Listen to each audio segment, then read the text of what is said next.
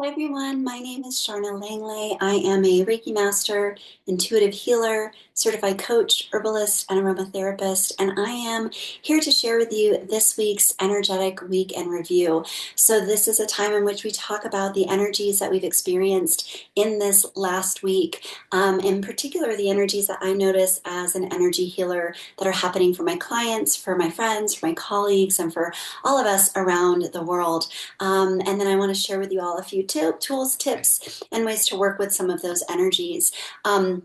Earlier in the week on Monday, we had a full moon in Scorpio, and Uranus was making some interesting transits in this lunation. And so this was sort of an intense full moon. Full moons are about endings and what is it that we're letting go of. And one of the things that I was really seeing with this Uranus energy was this feeling of the bumps that kind of come up in the road when something challenging or difficult presents itself to us. Uranus is the great shaker, so brings in unexpected types of surprises, the unknown, shakes things up really for our benefit. One of the messages I was bringing to my clients this last week and just kind of having larger conversations about was what do we do when the ground beneath us starts to rumble? Most of us move right into fear, right? The minute that we feel something unsteady, something different, perhaps it's a pattern that we have associated with pain or trauma in the past. When things start to get a little bumpy and a little rumbly, most of us typically move right into fear. That's the first place we go. We go into sometimes scarcity mode or problem solving mode. A lot of times when we are afraid, we try to control things.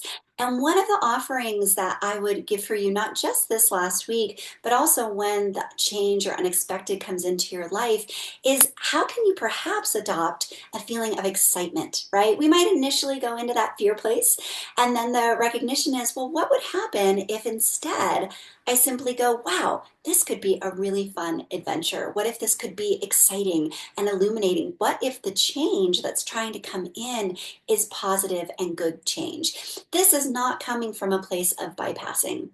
I'm not trying to promote toxic positivity by any stretch of the imagination. What this is more about is a subtle awareness, a recognition of where do I tend to go in my mind, in my psyche, when I notice things are starting to shift. How do I deal with surprises and the unexpected? Those of us who have a lot of trauma, we struggle with surprises and we struggle with the unexpected and the unknown because that is typically created volatility in our lives. Usually surprises were not good things if we grew up in traumatic households. And even if that wasn't the case, but we have had other times of trauma or challenge in our life, oftentimes we tend to associate those bumps and shifts with something not good.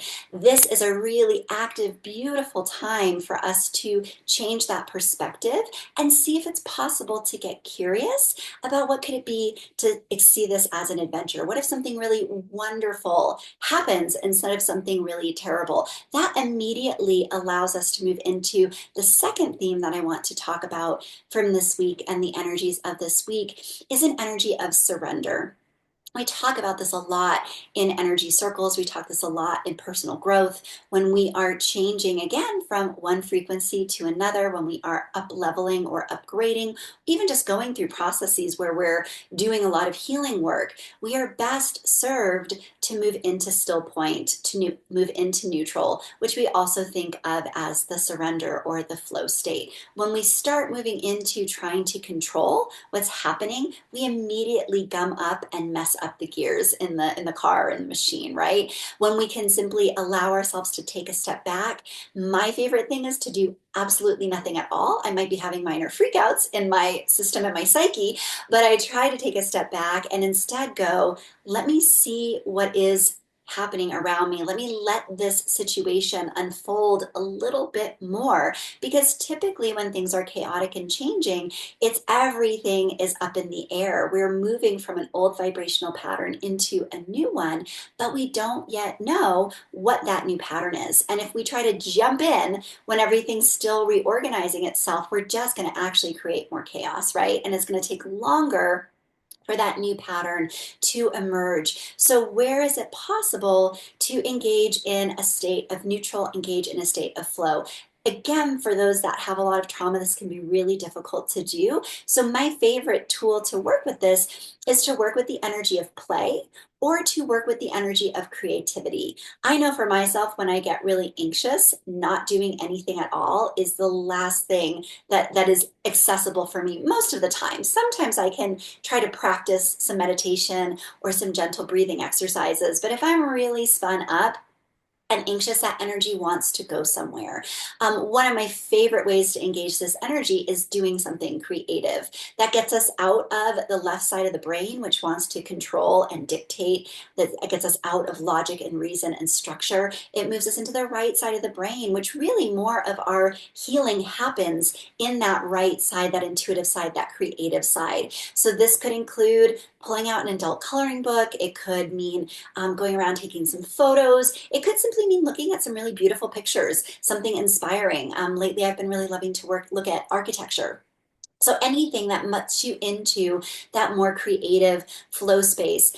Dancing is wonderful. Moving our bodies is another really fantastic tool, and doing it in ways that feel playful. When we engage our creativities in ways that feel controlling, we're just going to get more of the same, right? So when I'm engaging my creative, I'm also often trying to find things that I can allow myself to be really bad at, things that are not my preferred type of creative craft, right? Where I'm not trying to create something that looks a certain way. So usually I pick something that I could give myself permission to be really terrible at, because that's going to engage a sense of lightness, a sense of curiosity, a sense of my inner child, and a sense of play. So some options there when the surrender flow is coming into your psyche and your consciousness. Another thing I've been seeing a lot of is old scarcity mentality coming back, fear of not having enough. And this could be in any stage. Obviously, we often think of scarcity mentality having to do with money, but this can be about anything that's been scarce for us: relationships, love, success, health, career, any of the things that we have perhaps constantly struggled with. These are places, I always say, where we are going to school in this lifetime, right? The areas of our life that are challenging are areas that we made contracts long ago to come in and decide to work in those specific areas. Those areas that we go to school in sometimes can feel really challenging for us. And often we get more scarcity, especially if we are focusing on the scarcity. I've been watching a lot of people this week really move into a true abundance mindset. And this is not an abundance mindset that is just bypassing everything that's happened. True abundance mindset can also hold for the parts that are afraid, that are worried about scarcity, but then also can shift into possibility, right? And that's really what abundance mindset is about, is what could be possible for me? How can I take those steps to greater align myself? As a result of that, I'm seeing a lot of ancestral healing work that folks are doing right now as well, looking at family lineage and where some of these ancestral issues may have come from for us. I will be intending on creating a Reiki healing reel coming up very shortly for specifically for ancestral healing. So make sure you subscribe to this channel if you have a moment, turn on your notifications, so when that gets posted, you'll have an opportunity to do some healing work around that as well. Another theme I've been seeing this week is cultivating kindness. So this sense of what does it take for us to show up authentically and also be kind. I'm having a lot of conversations with clients, friends, colleagues about this idea of honesty. And that honesty does not have to be brutal. Sometimes when we're stepping into our honesty and our authenticity and we are practicing using our voices, it can come off a little harsh. But is there a way that we can practice cultivating a little bit more kindness in the way that we engage with others? For me, this often is about practicing the pause. When I'm in reaction mode, it's really difficult sometimes to be kind. And this isn't a saccharine, sweet, sugary, kind of inauthentic kind. This is actually a very strong place from which I can be grounded and anchored enough in myself to share information or to make requests in a way that actually respects somebody else's boundaries at the same time that they respect mine. So kindness is actually, in my opinion, extremely strong, and it's meant to be authentic. So if we are being inauthentic in our kindness, that's not what I'm talking about. I am talking about a kindness that is rooted in our root chakra, comes straight up into our heart, and then out through our throat. And it says, I am okay enough, I'm safe enough in my experience to be able to figure out and practice a little bit of a pause, figure out the way I can deliver this information or this message in a way that is supportive to both people or all parties, right? In a more than two-person interaction, all parties that are involved. The last theme I want to talk about today piggybacks on that theme, which is the theme of how our relationship with ourselves is reflected in our relationship with others. And of course, that is a personal development tenet. It's sort of personal development 101, right? That what we see in other people, by and large, is a reflection of ourselves. And that doesn't bypass or take away other people's responsibilities for their behaviors, right? There is still a co-creation that happens in any relationship. But sometimes it's helpful when we are seeing a similar pattern happening across multiple relationships to look at the common denominator, which is ourselves, and go, what might I be putting into my energetic space that's creating this same dynamic across the board in multiple different places? Strangely enough, sometimes when we are really disempowered in ourselves, we get very conflictive kinds of energies. And it feels weird to think about, well, if I'm more empowered and loving and caring for myself, that I'll actually be able to soften.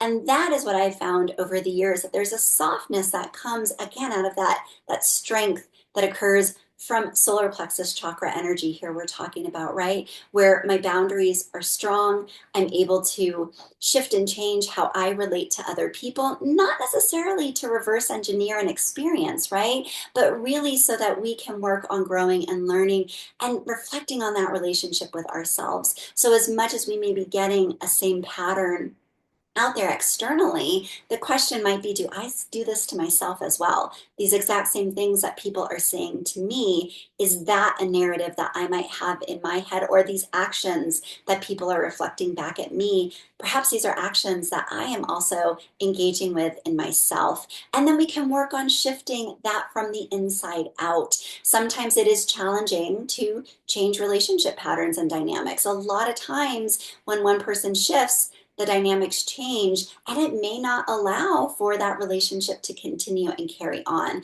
That can be one of the challenging pieces of doing this work, is the abandonment that occurs when we move into new frequencies or vibrations. But again, that then allows us to carry and take it back into ourselves and go, okay, what new frequency, what new energy do I want to bring and carry to myself, for myself? If I can practice this here, then eventually it's going to show up elsewhere in my space. So that's everything for this week. I would love to hear comments in the comment boxes regarding how any of these energies may have sat for you. If you're working on a scarcity to abundance mentality, ancestral healing work, perhaps how your relationships are shifting and transforming, and maybe even how this idea of surrender might be showing up for you. As always, if you like this video, that always really helps me, as well as subscribing and turning on your notifications.